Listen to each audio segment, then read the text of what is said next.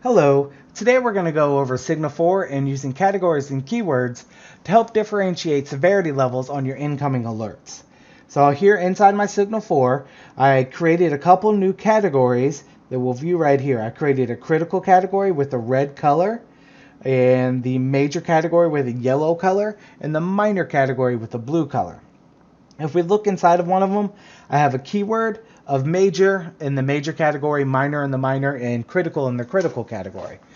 So any alerts that come in using these keywords will automatically get funneled into those categories. So what I'm going to do now is I'm going to go ahead and send in a critical alert first, so we can see this critical alert come through, and we'll see that it is in the critical category. So there's my alert. And it comes in, and you can see it's in the red with the critical category icon, and it's ready to go.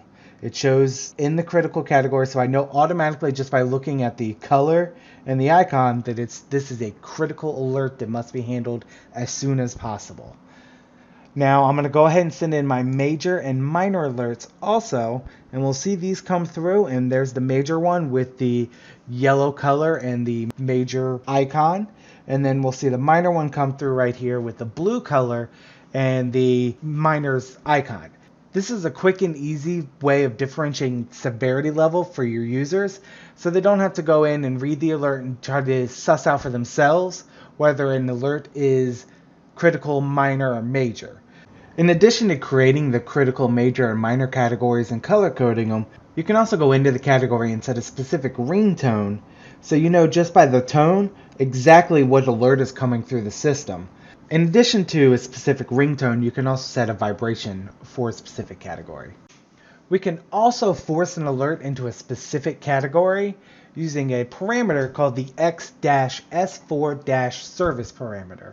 And we'll go over that now. If we click on the apps button inside your web portal and go into your inbound webhook, we'll see an example of an alert inside of there, and in that example it uses the X-S4-service parameter to force this alert into the database category. Now for our purposes, we're going to force one into the major category, so I've gone ahead and created an alert, and I'm sending it into the major category using the service parameter.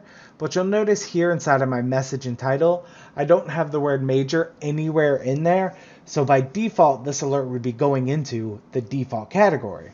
However, with using this service parameter, I'm forcing the alert into the major category. So I'm going to send this alert now, and then we'll look at it in the mobile app. Here we see our SQL Server alert come through inside the major category, even though it doesn't meet the major keyword parameters. We can also use the X-S4-service parameter in an email. Here you'll see I'm creating an email to send to our system, and once again I don't have the word major anywhere inside the message or the title, but I do have the service parameter set to the major category. So if I send this email, we will see this alert come inside the major category. And now we'll switch over to the phone, and you'll see I have one new alert, and it's set to the major category with the yellow color and the major icon. So with using an email, I was able to set the parameter for the category to major without having the keywords met.